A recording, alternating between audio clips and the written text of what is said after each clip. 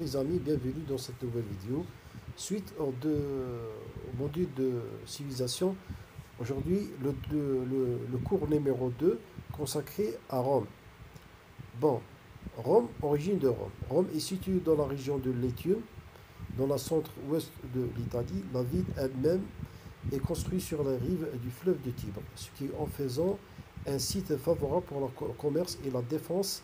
La légende raconte que Rome était fondée en 753 avant notre ère par Romulus et Rémus, deux frères élevés par une louve. Ça, c'est une légende, bien que ces récits légendaires soient empreints d'une mythologie. Ils sont importants pour la culture romaine. Les débuts de Rome sont associés à une petite colonie agricole qui s'est développée pour devenir une puissance cité-État de la péninsule italienne. C'est-à-dire les deux frères Romulus et Remus, on peut dire c'est les premiers empereurs de Rome.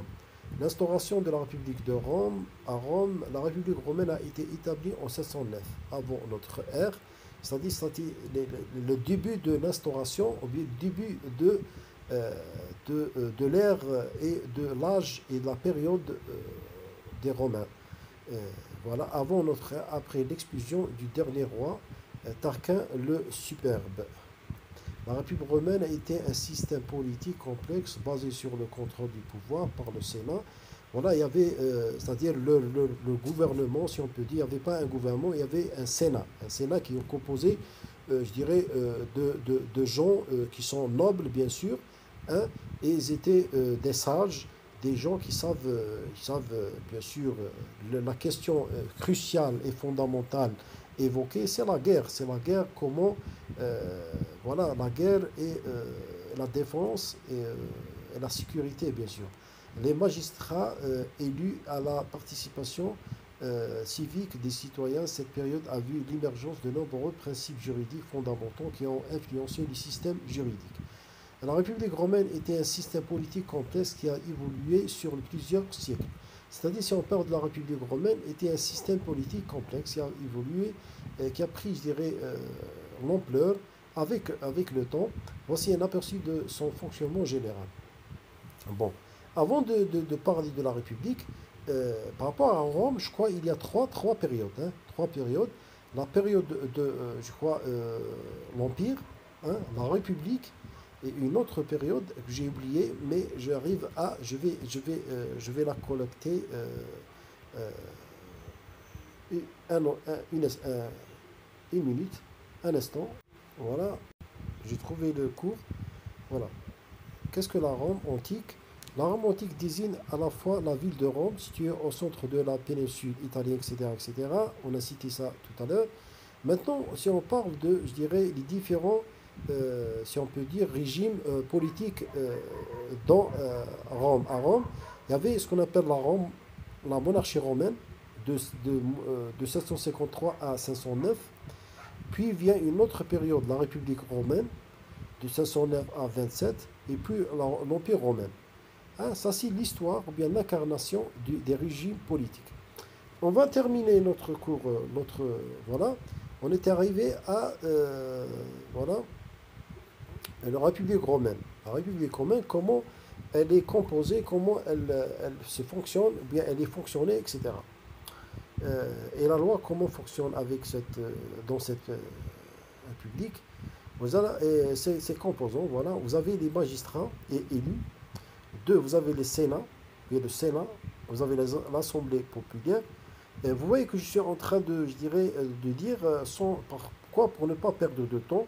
Quatrièmement, vous avez les magistratures, d'accord? Et puis, on va passer à ce qu'on appelle les principes de contrôle et d'équilibre.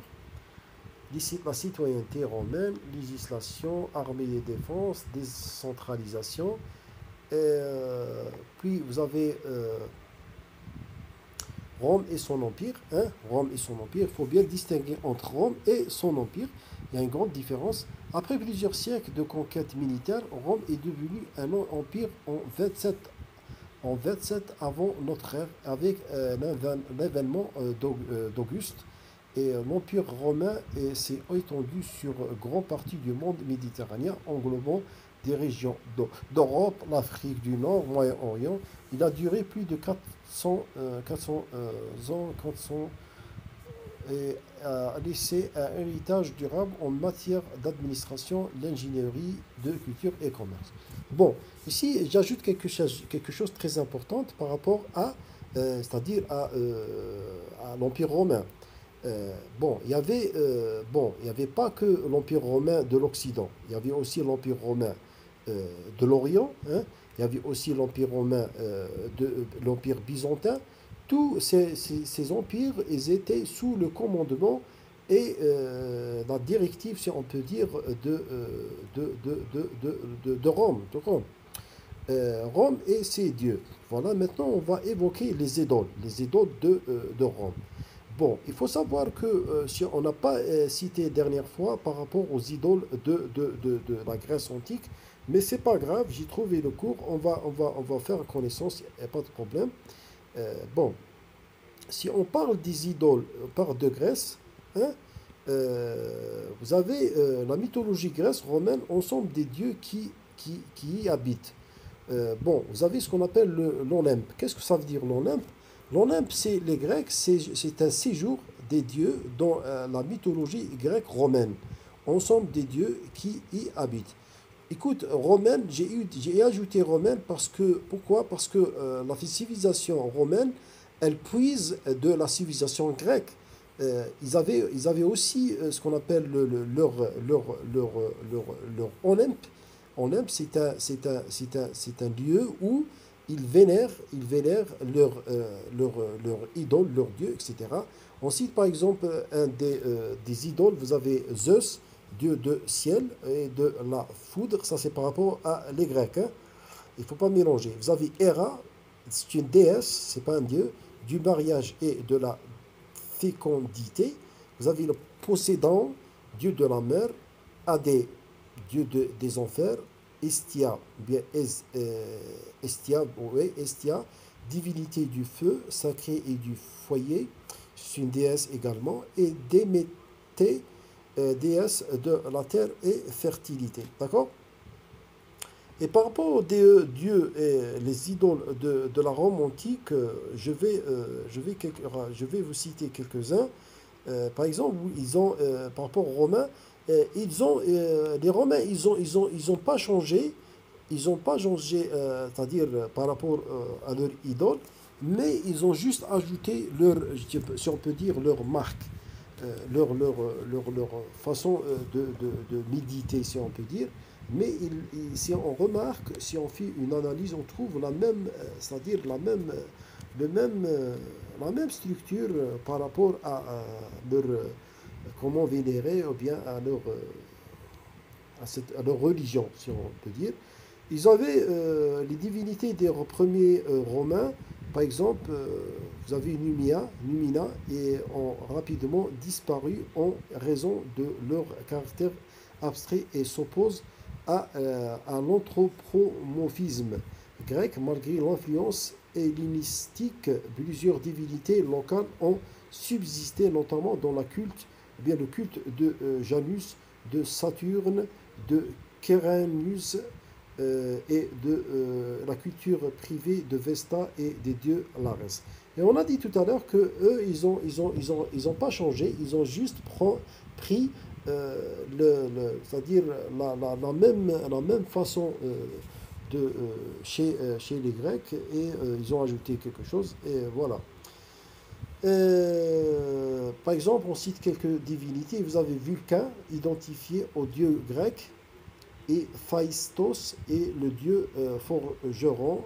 Ses attributs sont un marteau sur une enclume et une tenaille. Ses fonctions sont de protéger contre le feu destructeur et de veiller au feu civilisateur. Et son épouse est la déesse Vénus. Vulcain est le seul enfant de Junon et Jupiter. Son corps est difforme, mais il réussit à épouser Vénus, la déesse de la beauté. Ce qui est, je dirais, remarquable et intéressant de dire par rapport au, c'est-à-dire divinité romaine, c'est que chez eux, il y a quelque chose de différent qu'on ne peut pas comparer chez les Grecs, c'est que leur divinité, par exemple, un dieu, il peut construire, hein, il peut avoir un enfant ou il peut le construire. Il peut le construire ou il peut construire une divinité, une déesse. C'est ça. Alors on peut dire, on trouve noms, hein, des noms qui sont liés à, comme une chaîne, euh, et vous trouvez le nom d'un dieu et à sa descendance, si on peut dire. Janus et Saturne. Janus est une des seules divinités des premiers Romains, etc. Vous avez Curion, Quirinus, Faunus, etc. Ici, vous avez la louve qui a protégé Romulus et Remus. C'est une légende, et on a dit, etc. Bon, revenons sur c'est-à-dire notre cours. Rome et ses dieux, on a parlé de ça. Maintenant, la culture romaine et sa littérature. La culture romaine a été influencée par la culture grecque et étrusque, mais elle a également développé ses propres caractéristiques distinctes, bien sûr, différentes. Les Romains ont été des pionniers en architecture, ça c'est très, très, très remarquable. Même il y a des vestiges qui remontent à leur civilisation, ils sont toujours présents, même en Algérie, dans le Grand Maghreb, etc.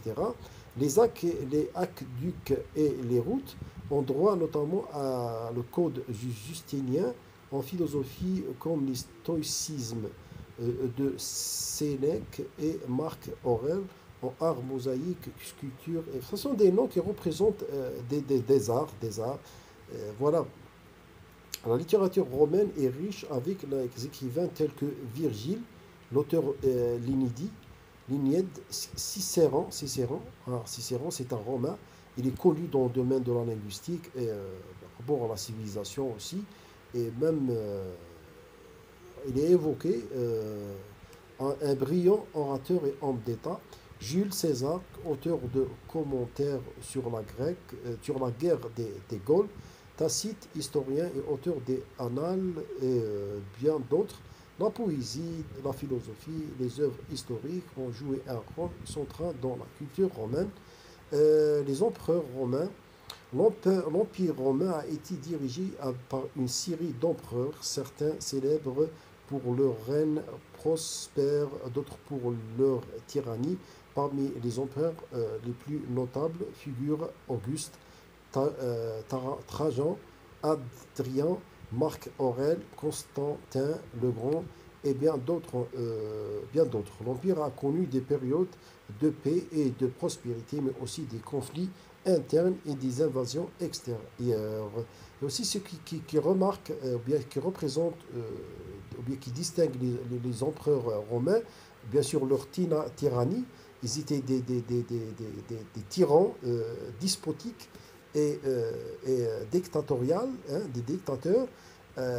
Voilà, c'était une sorte de dogme qui est représenté dans leur autorité et dans leur manière de gouverner, si on peut dire. Sans oublier aussi ce qu'on appelle le colisier. Il y avait chez eux le colisier je dirais,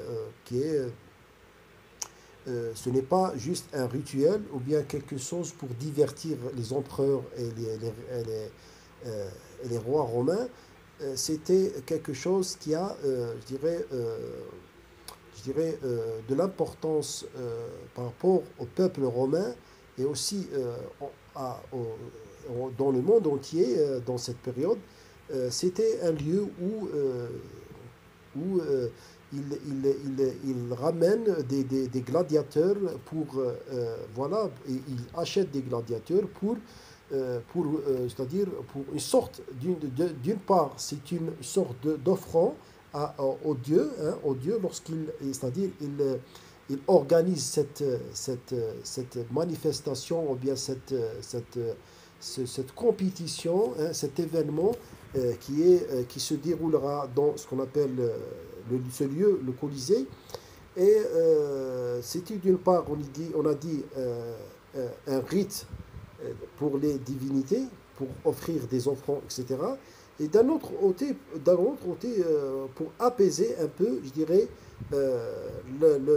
et soulager chez le peuple, il, voilà, je pense que c'est très très encadré. À la fin, vous avez un texte, mais ce n'est pas nécessaire. On a évoqué l'essentiel par rapport à l'origine de Rome, mais ce n'est pas suffisant. On doit aussi ajouter quelques informations. Alors, on va retourner ici et évoquer quelque chose qui manque. Voilà. On a parti en peur de trois grandes périodes et on va. Est-ce que la Rome antique, d'accord?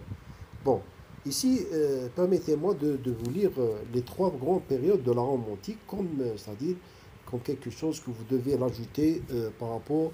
Vous n'êtes pas obligé de chevaucher par Internet comme ça et collecter. Dans ces cours, il y a tout est rassemblé et c'est à vous de prendre des notes et de voir et revoir, c'est très important.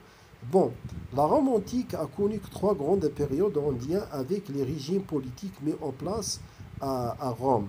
Les voici dans l'ordre chronologique. Vous avez la monarchie romaine, les dates sont citées. Selon la légende, Rome aurait été créée par Romulus en etc. à l'endroit même où il a été abandonné avec son frère. On a parlé de ça. Dans les premiers temps, Rome est dirigée par des rois semi-légendaires d'origine sabine, vers. Elle tombe sous la domination des Étrusques, un peuple de l'Italie antique. Ceux-ci font de la ville une zone salubre, etc. À cette époque, la principale institution et caractéristique de la société romaine sont mises en place comme le Sénat et les divisions. Puis un particien, du latin particien, dérivé du partien et etc., etc. Puis on arrive à ce qu'on appelle le Sénat. Vous avez le plébéien est un citoyen romain, mais il n'appartient pas au grand des partisans, ou bien des partisans et particiens.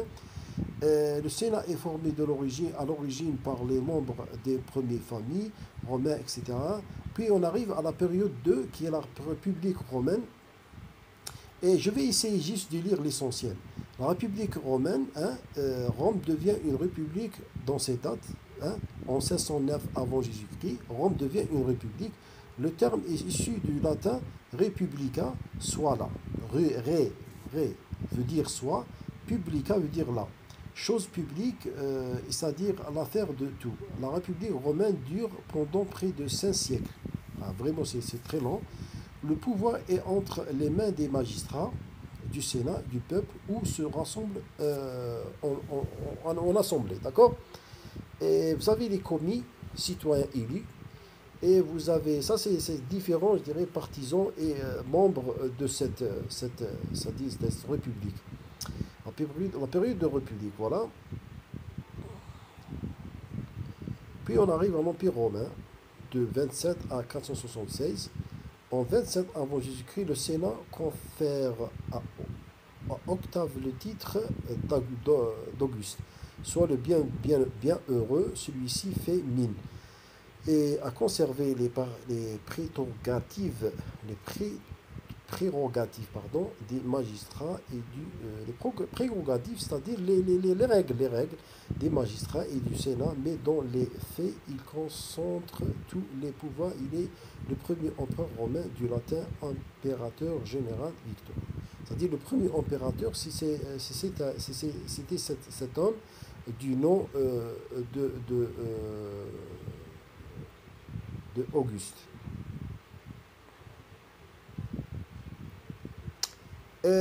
Bon, merci de votre attention. S'il manque quelque chose, je vais l'ajouter plus tard. On a parlé je crois, de tout. Merci. Ce cours était l'origine de Rome. C'était un cours très important.